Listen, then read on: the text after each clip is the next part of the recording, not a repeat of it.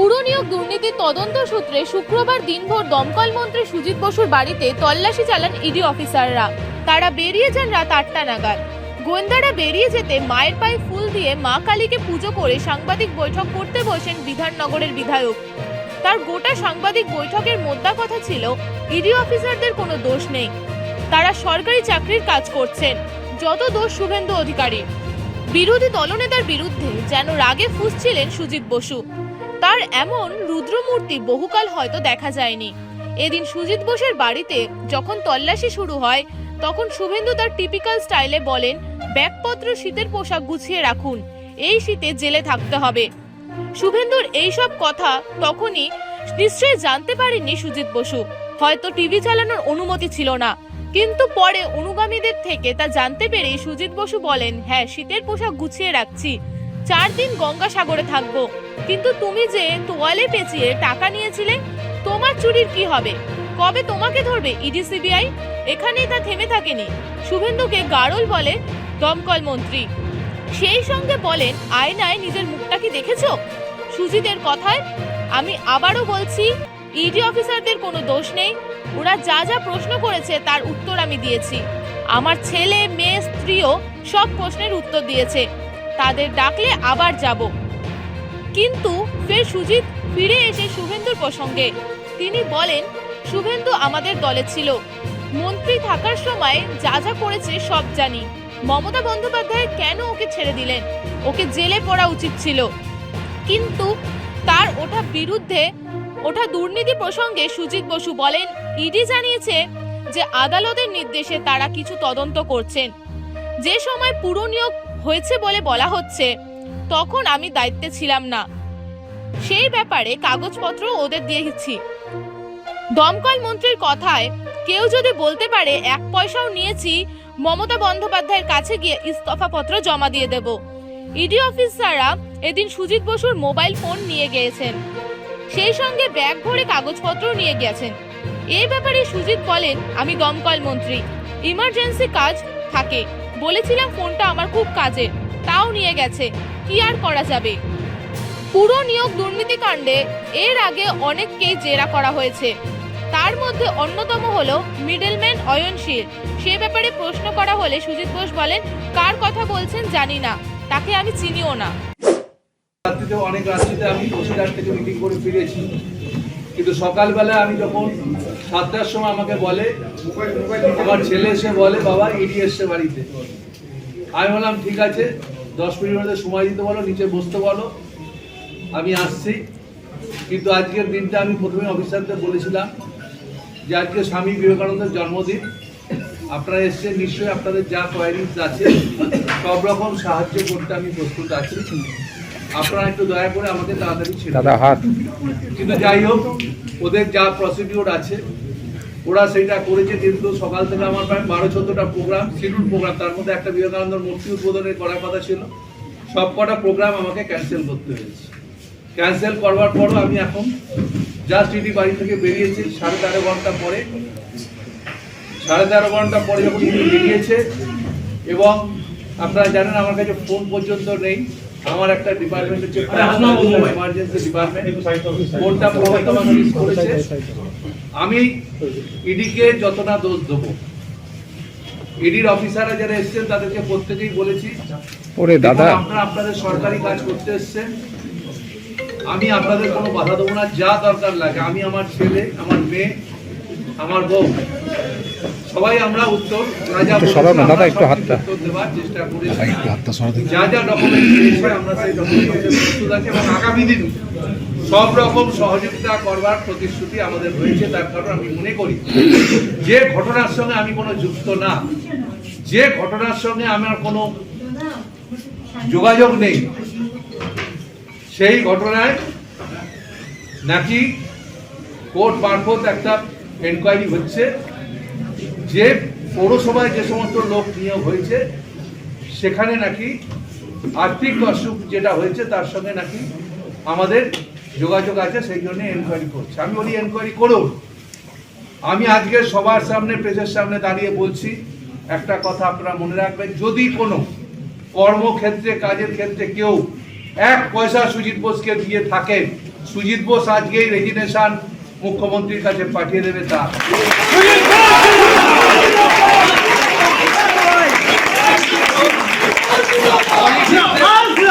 পলিটিক্সে ৪৫ বছর ধরে সুজিত বোস পলিটিক্স করছে। ৪৫ বছর রাজনীতিতে সুজিত বোস ১০ বার ইলেক্টেড হয়েছে, ৬ বার কাউন্সিলর, ৪ বার সুজিত বোস বিধায়ক হয়েছে এবং একবার পার্লামেন্ট সুজিত বোস লড়েছে। যারা আজকে কিনা বড় বড় কথা বলছে, আমি শুনেছি দু একটা জায়গায় যে শুভেন্দু অধিকারী যিনি বিরোধী দলনেতা তিনি গলা ফাটিয়ে অনেক চিৎকার করছেন। আমি শুভেন্দুকে আজকে এই জায়গাকে বলে দিতে চাই, ও নাকি বলেছে সবাইকার জামা কাপড় গুছিয়ে এখন শীতের পোশাক গেলে যেতে হবে। আমি বলি শীতের পোশাক আমি নিশ্চয়ই কালকে নেবো, কালকে গঙ্গাসাগরে যাচ্ছি 4 দিনের জন্য, ঠান্ডা আছে, আমাকে নিয়ে যেতে হবে। কিন্তু তারপরে আমি বলে দিতে চাই ওই বিরোধী নেতা সবাইকে সর্বোচ্চ নিজের আয়নায় নিজের মুখটা দেখো। সামনে লোকসভা নির্বাচনে বাংলায় দেখি প্রত্যেকটা জায়গায় আমি আজকে ঘোষণা করলাম দিদি যেভাবে বলবে বাংলার মানুষকে আমরা সেইভাবে বাংলার মানুষের কাছে পৌঁছাবো। ইডি, সিবিআই, ইনকাম ট্যাক্স এই সমস্ত এজেন্সি দিয়ে যদি মনে করে যারা কর্মী তাদের বাড়ি বাড়ি গিয়ে এইভাবে আজকে একটা ভালো দিন, স্বামীজির জন্মদিন, ওরা ওদের জন্য আজকে স্বামীজির জন্মদিন আমি কোনো প্রোগ্রাম সকালে পারিনি, এখন বেরিয়ে আমার বাড়ির কালীমাকে পুজো করে নমস্কার করে ঠাকুর রামকৃষ্ণ পরমহংসদেব এবং মা শারদাকে নমস্কার করে আমি স্বামীজির এখানে আজকে এখনই মালা দিলাম। তাই আমি মনে করি কাল সকালে সাগরে যাব আমি 4 দিনের জন্যে। আমার খুব ব্যস্ত তা আপনারা জানেন, তার কারণ আমার ডিপার্টমেন্ট অফ ফায়ার সার্ভিস আর এমার্জেন্সি, আমি বলছিলাম ওদের কোনটা আপনারা যা খুশি আপনারা করে নিন, কোনটা আমাকে ফেরত দিন, কোনটা নিয়ে গেছে এটা আমার ক্ষেত্রে খুব অসুবিধে। তা সত্ত্বেও আমি বলছি কোনো প্রতিবন্ধকতা আমাদেরকে আটকাতে পারবে না, তার কারণ আমরা মনে করি আমরা ঠিক পথে আছি, আমরা মানুষের সাথে আছি, মানুষের ভালো করবার জন্য যা করবার তাই করব এবং আন্দোলন আমরা চালিয়ে যাব এবং মানুষের জন্য করব। আমরা নিজের পরিবারের জন্য কিছু ভাবি না। ও বলছে কে আমার কে আর আত্মীয় নাকি পেয়েছে, তারা আমার আত্মীয় যদি কোথাও পরীক্ষা দিয়ে চাকরি পায় তার দায়িত্ব আমার কি করে হয়? আর আমি তো একটা কথা এখানে বলতে পারি, আপনারা প্রমাণ করে দিন। আমি প্রমাণের উত্তরের জবাব আমি বলেছি যেভাবে চাইবেন আমরা গিয়ে দেবো এবং আমি গিয়ে দেবো। এবং তার কারণ আমি মনে করি না কোনো ব্যক্তি, এখানে বহু মানুষ আছে তারা সাহায্যের জন্য আমাদের কাছে আসে, তাদের পাশে যদি আমি সাহায্যটা নিঃস্বার্থভাবে করে দিই, কোনো বিনিময়ের মাধ্যম দিয়ে না করে যদি করে দিই, সেটা 100 বার করবো। যদি তার জন্য আমাকে জেলে পৌঁছতে হয়, পৌঁছতে আমি রাজি আছি।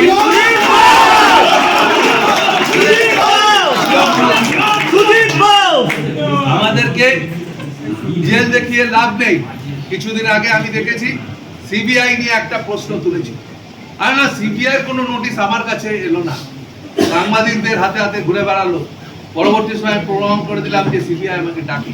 আর সিবিআই যদি ডাকে, ইনকাম ট্যাক্স যদি ডাকে, ভয় কি আছে? আমি তো জবাব দিতে রাজি আছি। আমি তো শুধু রাজনীতির বাইরেও আমার নিজের কিছু পেশা আছে যে কাজটা আমি করি। তা আমি বলি আমার লাইফ নিয়ে কেউ যেন বলতে না আসে। আমার লাইফটা অনেক অনেক ফাইট করে এই জায়গাটায় এসেছি, লড়াই সংগ্রামের মধ্যে দিয়ে এসেছি। ওই ফেস পাউডার মুখে দিয়ে সন্ধ্যেবেলা টিভির সামনে বসে বড় বড় কথা লম্বা চওড়া, মানুষ এটাকে গ্রহণ করবে না। মানুষ তার জবাব দেওয়ার জন্য তৈরি আছে। কিছুদিন বাদে নির্বাচন আছে, মানুষ তার জবাব দেবে। আগে ওইটা প্রমাণ করুন কতদিন বিজেপি আপনাকে গার্ড করবে। আমি ইডি, সিবিআই অফিসারদের কখনো দোষ দিই না, ইনকাম ট্যাক্সকে দোষ দিই না, কারণ অফিসাররা তাদেরকে ওপর থেকে এই যে শুভেন্দু অধিকারী রোজ বলে দিচ্ছেন, আর একজন আমি ওকে বলবো, ওকে তো রাজনীতির কোনো লোকই মনে করি না। বলছে সুজিত বোস নাকি রোল বিক্রি করতে। হ্যাঁ, রোল বিক্রি করতাম, গর্বের সাথে বিক্রি করতাম, কিন্তু কারোর পকেট কাটতাম না, কারোর চুরি করতাম না।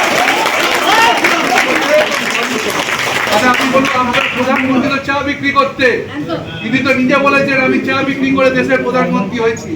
তাহলে নিজের প্রধানমন্ত্রীকে আপনি অপমান করছেন। এইসব কারণগুলো বিজেপিতে যতদিন থাকবে, বিজেপিটা কোনোদিন পাগলায় তারা দাঁড়াতে পারবে না। তার কারণ বাংলার মানুষ এই নেতাদের পছন্দ করে। আমি বিজেপির সব লোক খারাপ কখনো বলবো না, কিন্তু এই যে লোকগুলো আছে, সামনে নির্বাচন আছে, আমি জোর গলায় বলে দিতে পারি, এই দুইজন যারা পাঁঠার মতো চিৎকার করে সকাল থেকে রাত্রি অবধি ঘ্যাগা করে, আজকে দিদিকে চোর বলছে, সুজিত বোসকে চোর বলছে। ও নিজের আয়নাটা, নিজের মুখটা দেখুক কোথায় ও মানুষের কাছে গেছে। তাই আমি বলি এর জবাব আমরা রাজনৈতিক ভাবেই দেবো।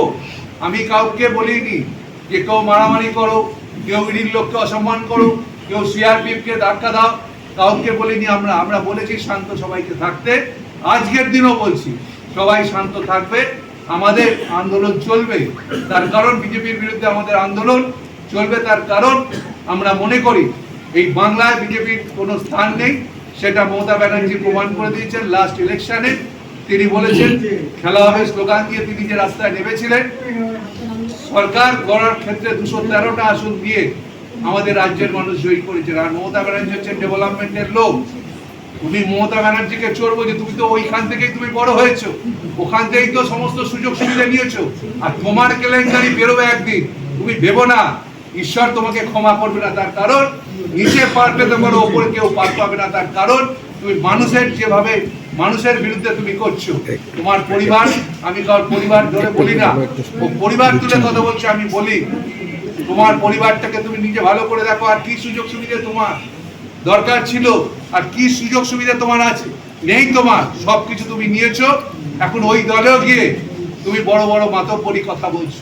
কোনোদিন ওই দলে তোমাকে কোনো প্রতিষ্ঠিত তুমি হতে পারবে না, কারণ তোমার মতো চোরকে বিজেপি কোনোদিন কোনো জায়গায় স্থান দেবে না। Do you think this is political vendetta by BJP? Do you think this is political vendetta? আমি তো বলছি I have asked तो in बोल English. रहा है ये पॉलिटिकल वेंडेटा है, तो पहले से ही बोलता है। जब निर्वाचन आता है ये लोग का ईडी, सीबीआई और क्या है इनकम टैक्स को ये लोग सबको नोटिस देता है। क्या हमारा की कमजोरी करना है? हमको नहीं कमजोरी नहीं करना सकता है। हम लोग मजबूर है, और हमारा साथ जो पार्टी का कर्मी है सब लोग भी शक्तिशाली भी है। हम लोग किसी आदमी को सीट नहीं झुकाता है। वो टाइम में सीपीएम का हम लोग देखा है, बहुत चैलेंज किया है सीपीएम हमको। हम इंडिपेंडेंट करके जीता है इस जगह में। तो हम लोग मानुष का साथ में दिन से रात तक 24 घंटा में 12-16 घंटा मानुष के साथ हम लोग रहते हैं, मानुष के साथ काम करता है। हम लोग दलाली नहीं करता है। और ये लोग दलाल भी है, जो लोग आज बोलते हैं ये लोग दलाल भी है। ये दलाल का रूप कुछ दिन में निकल जाएगा, और मानुष बोलेगा कौन सा दलाल है, कौन পলিটিক্যাল নেতা। সুকান্ত হতে পারে, শুভেন্দু হতে পারে। আপনি কেন সুজিত বোসকে বলছেন? না না, ওইটা শুভেন্দু আর ওই কি নাম সুকান্ত, ওটা ভুল করেছে শুভেন্দু। তাহলে এসবি মানে কি সুজিত বোস হয়ে গেল? শোনেন, এইসব কথার ছেদো কথার কোনো দাম নেই। যারা এইসব নেয় তাদের বিরুদ্ধে বলুন, যারা তাদের কথা বলুন, চোরদের বলুন। ও চোর চোর লোককে বলছে, ওর থেকে বড় চোর পশ্চিমবঙ্গে নেই। কেন ওকে আমি জানি, ওর মন্ত্রিত্ব থাকাকালীন কি কি অপকীর্তি করেছে। আমার সরকার বলে যদি ওকে ছেড়ে দিয়েছে, ওকে কখনো ছাড়া উচিত না, ওকে ধরে অ্যারেস্ট করা উচিত। আর দু একটা কাগজ ডকুমেন্ট যেগুলো আমারই ছিল, আমি ওদের বলেছি এগুলো দেখে নিন, যে আমি ওই সময় ছিলাম না। কেন ছিলাম না তার কারণও সেই কাগজগুলো দিয়েছে, ওরা সেটা নিয়ে গেছে। ডাকেনি, ডাকলে আমি তো আবার বলছি যদি ডাকে যাব, কিন্তু এমন কোনো খবর আপনারা করবেন না যে খবরটার কোনো সততা নেই। ওরা এসছে, আপনারা দেখেছেন, আমরা সব রকম ভাবে সহযোগিতা আমরা করেছি, এবং আমার ছেলে থেকে শুরু করে আমার মেয়ে থেকে বউ থেকে সবাই সহযোগিতা করেছে, এবং পাড়ার লোকেরাও সবাই সহযোগিতা করেছে। আমি যদি দেখুন, আমি একটা কথা বলি, যে সমস্ত লোকের নাম বলছেন সে সমস্ত লোকের সঙ্গে আমার কোনো যোগাযোগ নেই, আর আমি এসব লোকের সঙ্গে যোগাযোগ রাখি না। যদি আজকে কেউ বলে দেয়, দেখুন আজকে বিভিন্ন জায়গায় সুজিতদা যায়, সুজিতদার সঙ্গে কেউ যদি একটা দাঁড়িয়ে ছবি তুলে নেয়, তাহলে সুজিতদা কি করবে? কিন্তু যার নাম বললেন তার সঙ্গে সুজিত বোসের কোনো যোগাযোগ নেই, তার সাথে কোনো সম্পর্ক নেই। পাড়ার মধ্যে যেটা মনে হচ্ছে যেন একটা কারিগরের যুদ্ধ হচ্ছে এখানে। এই পাড়াটা কি সেই পাড়া? শ্রীভূমি এর আগেও জবাব দিয়েছে অনেক ক্ষেত্রে। আমি যখন 99-এ সিপিএম থেকে বেরিয়ে ইন্ডিপেন্ডেন্ট দাঁড়িয়ে জিতেছিলাম, সেটাও একটা মাঠকে কেন্দ্র করে ব্যাপার ছিল, মানুষ ইন্ডিপেন্ডেন্ট হিসেবে আমাকে জিতিয়েছিলেন এখানে। তাই আমি মনে করি ইন্ডিপেন্ডেন্ট যে লড়াই করে জিতেছিলাম সেটা এখানকার মানুষ আমাকে সেই চোখেই দেখে, এবং এই বিধানসভা কেন্দ্রে প্রত্যেকটা মানুষের সঙ্গে আমার খুব নিবিড় সম্পর্ক আছে। তাই আমি বলি আজকে যেভাবে মানুষ রাস্তায় নেমেছে, তারা শুধু অনেকেই বলেছে আমরা কিচ্ছু করতে হবে না, সবাই শান্তভাবে থাকুন। জবাব তো আমরা মারামারির মধ্যে দেবো না, ব্যালটের মাধ্যম দিয়ে আমরা জবাব দিয়ে দেবো।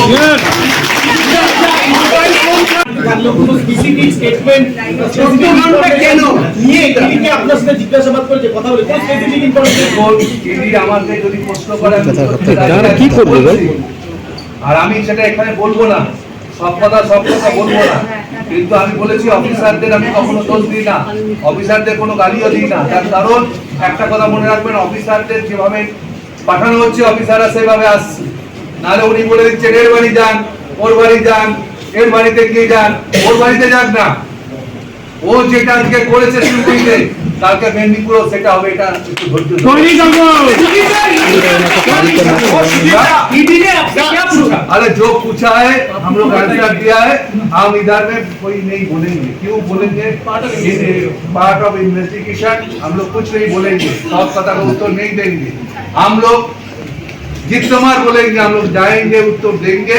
और हम लोग ये मामला में कुछ नहीं है, हम लोग जोर से बोलता है क्योंकि हम लोग जानते हैं हम लोग क्या है क्या नहीं है। मेरे को नहीं আপনার দল থেকে বলছে উত্তর 24 পরগনা বড় জেলা 6টা সিট রয়েছে এবং সেই কারণেই কি আমার জেলায় একই দিনে সুজিত বসু এবং তাপস রায়ের বাড়িতে একই ব্যাপার, সুজিত বসুর বাড়িতেও যা হচ্ছে তাপস রায়ের বাড়িতেও তাই হচ্ছে। যারা পলিটিক্যাল লিডার আছে এই জেলায়, তাদের বাড়িতে তারা এইসব করে তাদেরকে দমানোর চেষ্টা করছে, তাদের প্রতিনিধিদের দমানোর চেষ্টা করছে। এটা হবে না, এটা বুমেরাং হবে, বুমেরাং। বিরোধী দলনেতা যেভাবে আপনাকে আরে ছেড়ো, বিরোধী দলনেতা যেভাবে সব চোরদের কথা বলবেন না। বিরোধী দলনেতা ওটা পাক্কা চোর, পাক্কা চোর।